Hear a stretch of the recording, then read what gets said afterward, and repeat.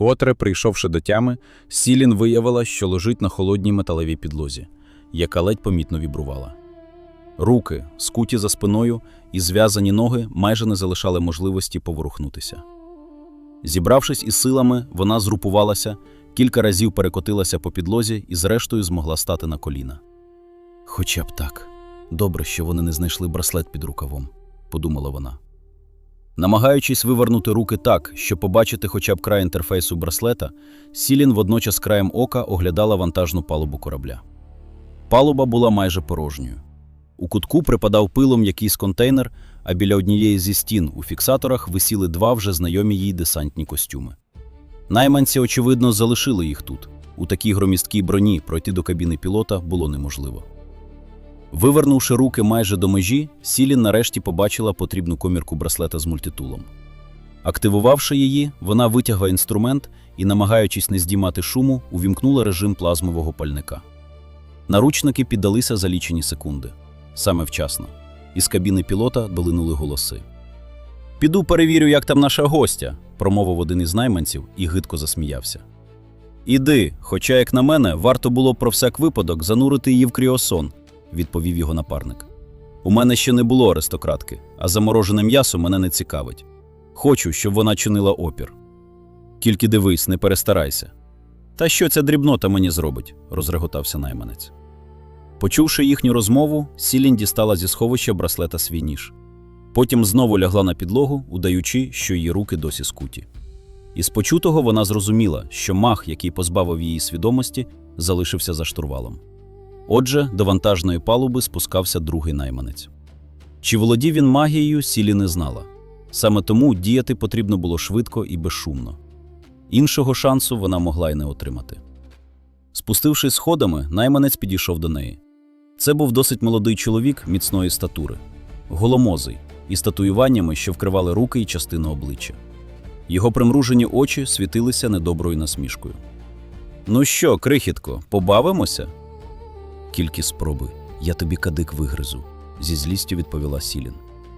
«А, то ти в нас із характером?» Не встиг він договорити, як з усієї сили вдарив її ногою в живіт. Удар вибив із Сілін усе повітря. Вона зайшлася кашлем, але рук за спиною так і не розщепила.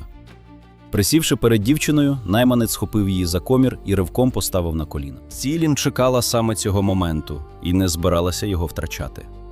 Затиснувши ніж у руці, вона різким рухом полоснула найманця по горлу. Другою рукою вчепилася йому в плече, не даючи відсторонитися. Здавалося, він навіть не встиг усвідомити, що сталося. Не гаючи ні секунди, Сілін завдала ще кількох ударів, тепер уже цілячись у груди. Ніж майже без опору входив у тіло. Найманця захищав лише тонкий комбінезон. Лише після 5-го удару вона відпустила його. Тіло важко осіло на підлогу, а на обличчі назавжди застиг вираз здивування. Тільки тепер Сілін усвідомила, наскільки швидко і холоднокровно все сталося. Вона й сама не очікувала від себе такої рішучості. «Не хвилюйся. Я взяв під контроль вироблення гормонів у твоєму організмі, щоб підвищити ефективність ведення бою». «Ти хто?» – перелякано прошепотіла Сілін, озираючись. «Для спілкування зі мною не обов'язково використовувати вербальний канал. Достатньо подумки сформулювати повідомлення. Відповідь на запитання щодо моєї природи наразі не має пріоритету. У нас є важливіше завдання». «Чому ти мені допомагаєш? І чи можу я тобі довіряти?» – подумки запитала Сілін. Вона все ще намагалася зрозуміти, що відбувається, але голос мав рацію. Часу на це не було. «Моє основне призначення – забезпечувати виживання носія. Якщо загинеш ти, загину і я», – коротко відповів голос. «Припустимо, поки що я тобі повірю. Тоді нам потрібно якось захиститися від електрики. Наш наступний противник – маг. Необхідно забезпечити проходження струму в обхід твого тіла. Твій костюм має непогані діелектричні властивості, але цього може виявитися недостатньо. Знайди предмет, схожий на металеву сітку». Дівчина, намагаючись не шуміти, почала оглядати палубу в пошуках чогось підходящого. Перевіривши вантажний трюм, який виявився порожнім, і речові шафки, в яких крім робочого одягу теж нічого не знайшлося, дівчина звернула увагу на кофр, що стояв біля стіни. Це був єдиний предмет, який вона не встигла перевірити в трюмі. Заглянувши в кофр, вона зраділа, бо побачила гільзи з ловчими сітками. У цих гільзах була намотана тонка сталева сітка з дрібними ячейками, на кінчиках полотна якої були закріплені сталеві стрижні. Не гаючи часу, вона розібрала пару гільз і стала намотувати цю сітку на себе, намагаючись не залишати відкритих місць. Одягнувши шолом, вона накинула сітку, як своєрідний капюшон на голову. Будь уважна, ця сітка не витримає тривалого впливу електрики. Добре, тоді я постараюся зробити все швидко. Сілін витягла зі сховища пістолет-кулемет, перевірила магазин і рушила до кабіни пілота. Вона встигла саме вчасно. Звідти долинули шум і голос другого найманця. «Пінк, чого ти затих? Усе нормально?» Не дочекавшись відповіді, він увімкнув автопілот, підвівся з крісла пілота і попрямував до виходу. Сілін швидко перетнула палубу і застрибнула в короткий прохід, що вів до кабіни. Саме там вони й зіткнулися віч-навіч. Вона миттєво взяла найманця на приціл. Той у відповідь виставив уперед праву руку, готуючись застосувати магію. «Ах ти, маленька мерзото! Де Пінк? Що ти з ним зробила?» «Усе, скінчився твій напарник», – холодно відповіла Сілін і натиснула на спуск. Вони завдали удару одночасно. Розряд блискавки припав у ліве плече, пройшов по грудях і краєм зачепив пістолет-кулемет, від чого той вилетів із рук дівчини. Але черга, все ж випущена Сілін, знайшла свою ціль. 4 кулі пробили груди і голову найманця, від чого його відкинуло назад у кабіну. На жаль, інші кулі влучили в консоль управління польотом, і, рвавши з себе оплавлені шматки металевої сітки, і, незважаючи на обвуглений костюм та пекучий біль у плечі й грудях, Сілін протиснулася до кабіни. Переступивши через тіло найманця, вона опустилася в крісло пілота. Приладова панель вся іскрилася, навігація не працювала, основний двигун відмовив, корабель летів тільки на маневрових двигунах і швидко втрачав висоту. Намагаючись не панікувати, дівчина вмить згадала все, чого її вчили в льотній програмі. Не гаючи часу, вона накинула на себе ремені, пристебнулася в кріслі і взялася за штурвал. За бортом була непроглядна ніч, тому собі на допомогу вона закликала свій темний зір. «Погано, ми над пустелею, попереду скелі. Потужності не вистачить, щоб їх перелетіти. Штурвал майже не реагує. Доведеться садити корабель просто тут». «Підтверджую». Сілін взялася за важіль управління двигуном і потягнула його від себе, тим самим знижуючи потужність. Потім до упору затягнула на собі ремені і, схрестивши руки на грудях, почала чекати удару. Удар стався раптово. Першими не витримали лобові вікна кабіни. Хоча енергетичний щит погинув більшу частину сили зіткнення, корабель однаково врізався в пісок, перетворюючись на понівечену купу металу і проривши траншею завдовжки майже кілометр. Коли гуркіт затих, Сілін натиснула на кнопку швидкої евакуації. Ремені безпеки розійшлися в сторони, і вона вибралася з кабіни на палубу. Потім дівчина підійшла до шлюзу і активувала аварійне відкриття. Під гуркіт піропатронів двері шлюзу вилетіли назовні. «Зачекай! Ймовірність виживання значно зросте, якщо ми заберемо всі придатні ресурси. Ми посеред пустелі і не знаємо, що може стати нам у пригоді», – зупинив її голос. «Напевно, ти маєш рацію. Та й десантні костюми коштують чимало, навіть як запчастини». Знявши десантні костюми з кріплень, Сілін один за одним скинула їх на землю. Потім повернулася до кабіни пілота, де вже починалася пожежа. Побіжно оглянувши приміщення, вона помітила кейс, який найманці забрали в техніків. Заховавши його до сховища браслета, дорогою назад вона зірвала зі стіни аварійний медичний набір, закріпила його на лівому стегні і поспішила до виходу. Палубу вже затягнуло густим димом, тож вибиратися довелося майже навпомацьки. Зістрибнувши на пісок, Сілін озирнулася. До скель залишалися лічені метри. З одного боку простягалася безкрая пустеля, з іншого здіймалася обвітрена скельна гряда. Жодних ознак цивілізації. Перед аварією вона встигла помітити якесь світло по той бік скель. Місто, найімовірніше, розташоване за ними, імовірність висока. Але спочатку потрібно сховати костюми. До міста я їх однаково не дотягну. Неподалік у скелі виднівся вузький вхід до печери, а поруч чорніла глибока розколина. Вирішивши, що це найкраще місце для схованки, Сілін по черзі перетягнула туди обидва костюми і прикрила їх великою плоскою кам'яною плитою, що лежала поруч.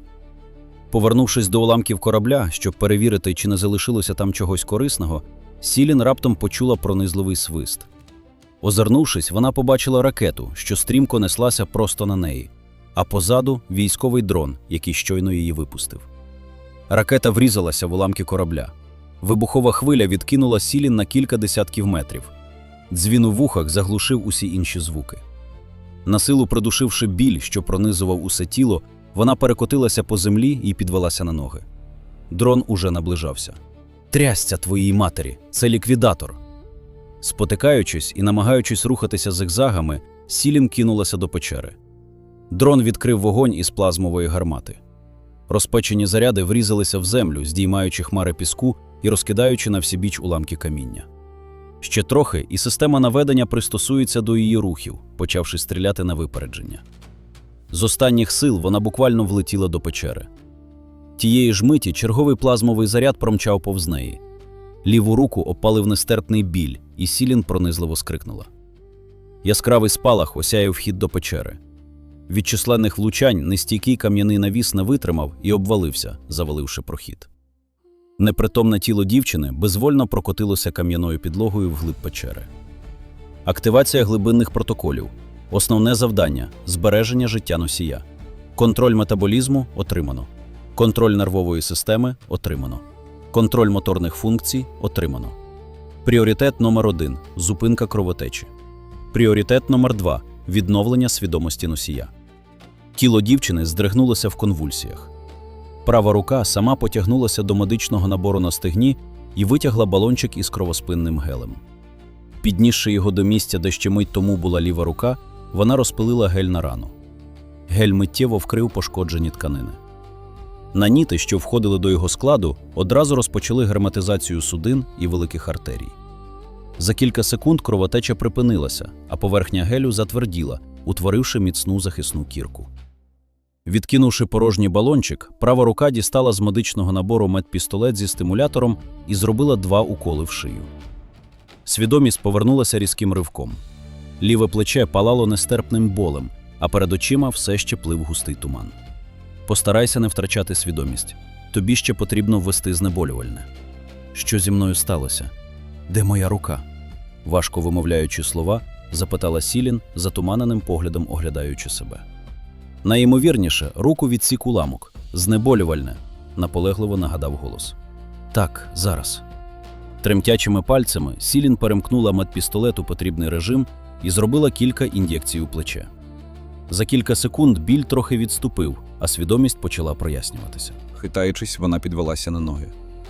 Потрібно знайти руку. Навіщо?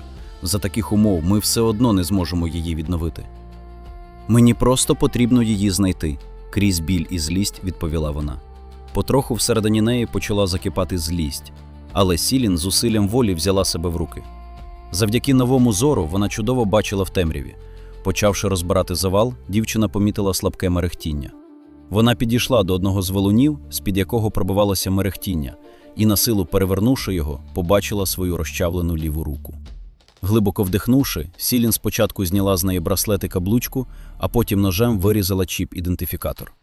Насилу надягнувши браслет на праву руку, вона відразу сховала до нього чіп. Уся ця процедура забрала в неї останні сили. Повільно опустившись на кам'яну підлогу, Сілін заплющила очі, намагаючись перевести подих. Є питання. Цей режим зору. Я не виявив у твоєму організмі жодних оптичних імплантів. Це не імплант. Думаю, це моя магічна здатність. Точніше, сказати не можу. Прийнято. Інформацію додано до бази даних. Нам час шукати вихід. Що більше часу ти втрачаєш, то менше сил у тебе залишиться на порятунок. Згодна. А ти поки що розкажи, хто ти. Більші секторі моєї пам'яті пошкоджено, тому я не можу сказати, звідки походжу і ким був створений. Наразі мені доступне лише власне ім'я – Еліот. Значить, я так і буду тебе називати. Ти не проти? Важко промовила Сілін, знову підводячись на ноги. Заперечень немає. Сілін повільно йшла вперед, злегка похитуючись. Уважно дивлячись під ноги, вона обережно переступала через кам'яні завали, повільно просуваючись у глиб печери в пошуках виходу. А як ти активувався? Було зафіксовано потужний електричний імпульс у ділянці голови. Після цього активацію виконано в автономному режимі відповідно до високорівневих протоколів захисту носія. А що ти вмієш? Мені потрібно знати, тому що, я так розумію, ти опинився в моїй голові замість імпланта, який я замовляла. Основне завдання – визначення загроз, розробка контрзаходів, контроль стану носія, розширення пам'яті, управління потоками даних під час під'єднання до технічних засобів. Дані пошкоджені. Так ось, як ти мені з рукою допоміг. Ти все моє тіло під контроль узяти можеш? Виключено. Занадто велике навантаження на нервову систему в несвідомому стані. Управління тільки однією рукою коштувало великих витрат енергії. Управління всім тілом можливе, але у свідомості та за повного сприяння носія. Тобто в бою ти мені можеш допомогти. Те, що я зробила з ножем на кораблі, це було твоє втручання? Втручання було мінімальним. Прискорення рефлексів і контроль над нервовою системою. Дякую тобі за це. Я не впевнена, що сама б упоралася. Не варте подяки. Дівчина зупинилася, втупившись у затоплену частину печери. Склепіння печери різко йшло під воду. Потрібно спробувати проплисти. Може, з іншого боку є прохід. Варіантів усе одно немає. Тільки будь обережним, я не можу ідентифікувати цю рідину. Тоді я дійду до стіни і перевірю, чи є прохід. Сілін активувала комір, і за мить навколо голови сформувався герметичний шолом. Зробивши глибокий вдих, вона обережно ступила вперед. Темна рідина і справді виявилася в'язкою, і пересуватися по ній було важко. Пройшовши половину шляху і занурившись до пояса, Сілін відчула, що не може рухати ногами і починає швидко занурюватися. У безуспішних спробах вирватися з полону дівчина занурилася по шию і відчула, що рухати рукою теж не може. Тут її охопила паніка. Невже все так закінчиться і все було даремно? Ця жахлива думка промайнула в її свідомості. Постарайся сповільнити дихання. Нагадую, незважаючи на пошкодження, костюм усе ще герметичний. Так, дякую, я постараюся. Намагаючись приховати паніку у своєму голосі, відповіла Сілін. Коли вона занурилася з головою, паніка нахлинула з новою силою. Почавши розмірено дихати, дівчина зосередилася на цьому процесі в спробі побороти страх. У якийсь момент, коли їй уже здавалося, що вона готова здатися, її ніби щось рвонуло за ноги. Відчувши, що падає, Сілін не встигла згрупуватися і боляче вдарилася спиною об підлогу. Декілька секунд вона лежала, намагаючись перевести подих, а потім повільно озирнулася. Навколо панувала непроглядна темрява. Закликавши нічний зір, вона побачила, що опинилася у вузькому коридорі з високою стелею. Стіни, підлога і стеля були складені з однакових блоків чорного обсидіану, відполірованого до дзеркального блиску. Стики між ними тьмяно світилися, але це слабке сяйво було помітне лише її нічному зору. В один бік коридор закінчувався глухою стіною, тому Сілін рушила в протилежному напрямку. Тепер, дивлячись на всі цю дивовижну споруду, вона почала пригадувати, що вже бачила цей чорний обсидіан і дивне сяйво у вісні. З кожним кроком хвилювання лише зростало, змішуючись із надією нарешті зрозуміти, що з нею відбувається. Минуло понад годину відтоді, як Сілін опинилася в цьому загадковому місці. Дія стимуляторів майже завершилася, тіло охоплювало дрібне тремтіння, а ноги дедалі частіше підкошувалися. «Сілін, я зафіксував різке погіршення стану, тобі необхідно відпочити. Ти пропонуєш відпочивати тут? Чому б і ні? За цей час загроз не виявлено. Інакше ти просто повністю знесилишся». «Гаразд», – умовив, після недовгих роздумів погодилася Сілін.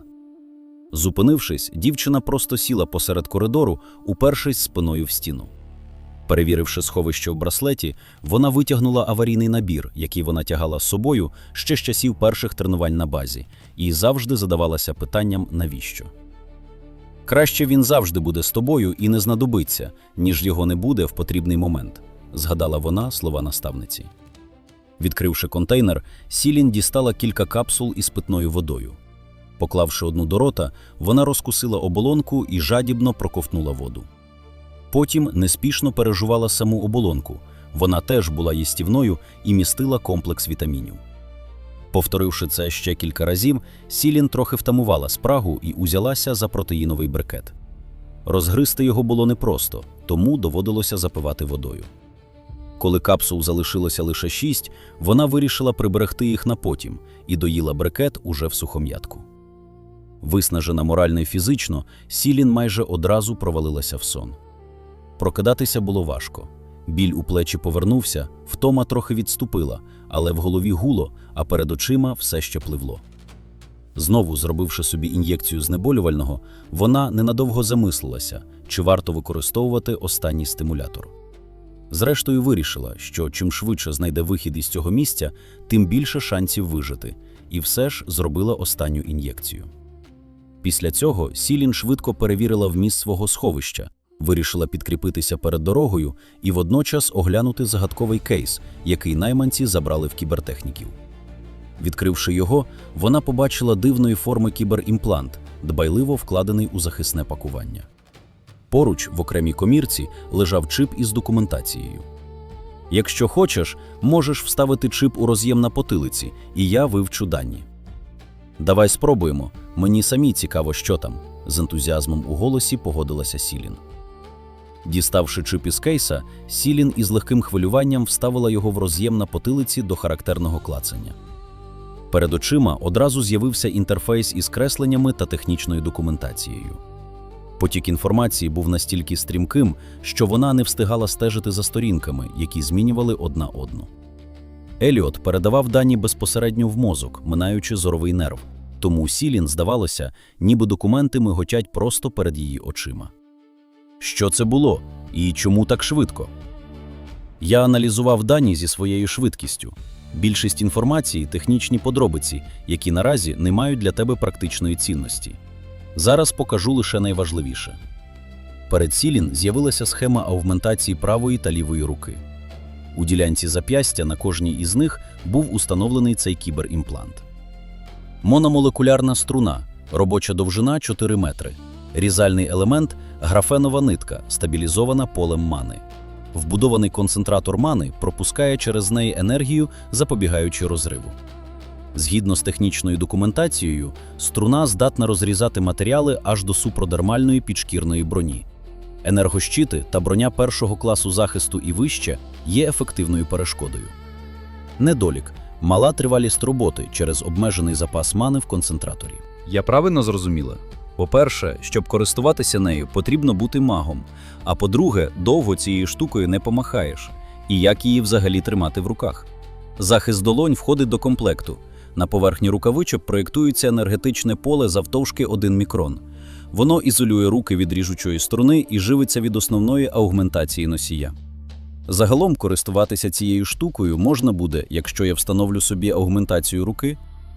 Причому клас аугментації потрібен не нижче першого, а це військові зразки. Тільки у них у схемах використовується силурит, по-іншому стабільної роботи не домогтися. Але на ближніх дистанціях бою це досить ефективна зброя, вже це переважує всі її недоліки. Добре, що я тепер підходжу для встановлення цього імпланта. Сілін із сумом подивилася на обрубок своєї руки. Залишилося тільки тепер собі руку зробити. Цікаво, скільки такі ауги коштують? Зібравши всі пожитки у сховище, перевіривши пістолет і ніж на стегні, вона закріпила запасні обойми для пістолета на поясі так, щоб його можна було перезарядити однією рукою. Сілін брела стародавнім коридором, майже втративши надію знайти вихід, коли перед нею відкрилася невелика кімната. Інших проходів не було, як і будь-яких натяків на те, куди рухатися далі. Її погляд одразу привернув майстерно виконаний барельєф на протилежній стіні. Молода дівчина в старовинній сукні з ліхтарем у руці виглядала настільки реалістично, що здавалося, ось-ось зійде з каменю й зробить крок назустріч. Біля підніжжя барельєфа стояв вівтар, укритий стародавніми символами. По обидва його боки були вирізані знаки, які здалися Сілін знайомими, хоча вона ніяк не могла пригадати, де їх бачила. Це татл – стародавня система запису великих чисел. Найчастіше її використовували для позначення координат. Самі числа я вже розшифрував, але визначити точки без доступу до глобальної мережі неможливо, пояснив Еліот. Спочатку виберемося звідси, але, здається, це глухий кут, із розчаруванням промовила Сілін. Вона сперлася рукою на вівтар і майже впритул нахилилася до барельєфа, уважно розглядаючи обличчя незнайомки. Досить добре розглянула? Губи кам'яної дівчини ворухнулися. Вона повільно простягнула вільну руку до Сілін, ніби хотіла торкнутися її обличчя. Сілін із жахом відсахнулася. Ноги підкосилися, вона впала на підлогу і мимоволі вихопила пістолет. «Невже ти справді будеш стріляти у свою богиню?» із награною образою промовила дівчина на барельєфі. «Хто ти така?» із тремтінням у голосі запитала Сілін, не опускаючи пістолет. «Я бачу в тобі іскру темряви, і я рада, що ти знайшла мене», доброзичливо відповіла богиня. «Я Гара, берегиня брами безодні, покровителька відьом і всіх, хто володіє іскрою темряви». Богиня Гара, не вірячи, прошепотіла Сілін, повільно опускаючи зброю. «В одному зі своїх снів я чула голос, який наказав мені знайти тебе, але я не думала, що це станеться випадково. Я вже зазирнула у твої спогади. Те, що я там побачила, дуже цікаве. Не знаю, чий голос привів тебе сюди, але він зробив це не випадково. Мені потрібна твоя допомога». «Нічого собі, привів», Сілін кинула погляд на свою відсутню руку. «Ти все ще жива, і ти тут, а це вже чимало. Навіщо богині знадобилася моя допомога? Те, що ти бачила у своєму сні, один із можливих варіантів майбутнього. Майбутнього, яке чекає на твій дім, якщо ми не втрутимося. Тобто, мій зруйнований будинок і вся планета, це станеться?» Голос Сілін зірвався. «По-перше, це загрожує не лише твоїй планеті. По-друге, це станеться тільки в тому випадку, якщо ми програємо. Я ні могутній маг, ні великий воїн. Чим я взагалі можу допомогти? Спочатку я поясню тобі, що відбувається.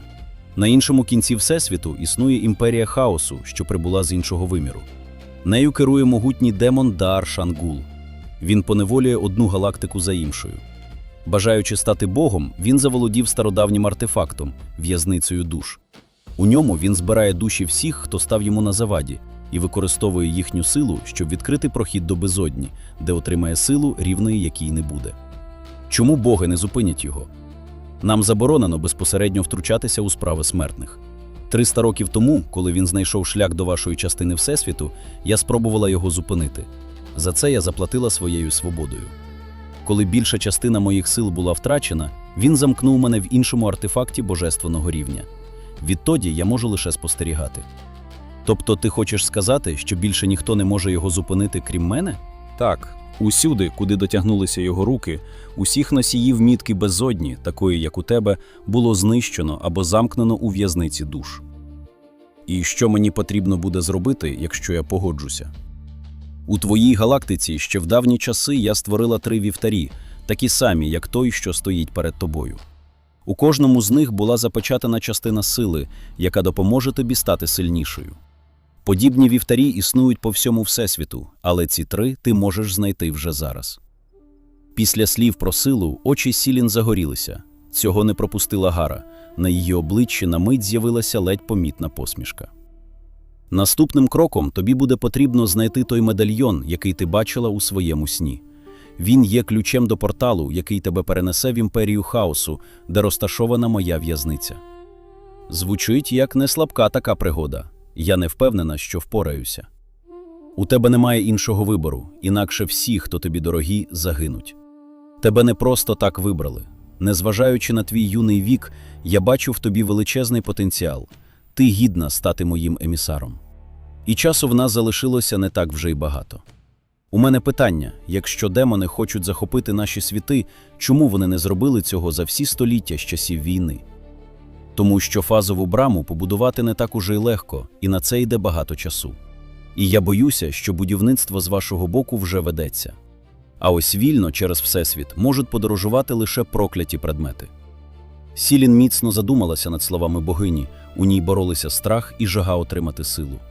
Трохи похитнувшись, вона випалила: «Я згодна. Якщо є шанс врятувати моїх рідних і моїх підданих, я готова. Що мені зараз потрібно робити? Тобі потрібно пройти випробування, і для цього тобі потрібно лягти на вівтар.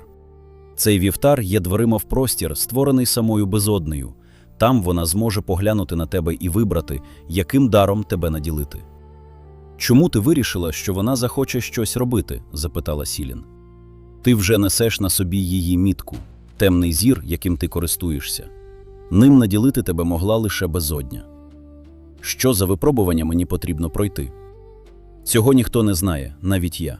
Усе, що я можу сказати, то це те, що новим даром ти зможеш користуватися одразу, щойно опинишся там. Темрява всередині тебе підкаже, що потрібно робити. Просто довірся їй». І ще наступним відвідай, будь ласка, це місце. У цього світу залишилося занадто мало часу. Я боюся, що ти можеш не встигнути. На вівтарі спалахнув один із наборів цифр, відкриваючи Сілін координати пункту призначення. Водночас вона помітила, що зображення богині почало тьмяніти.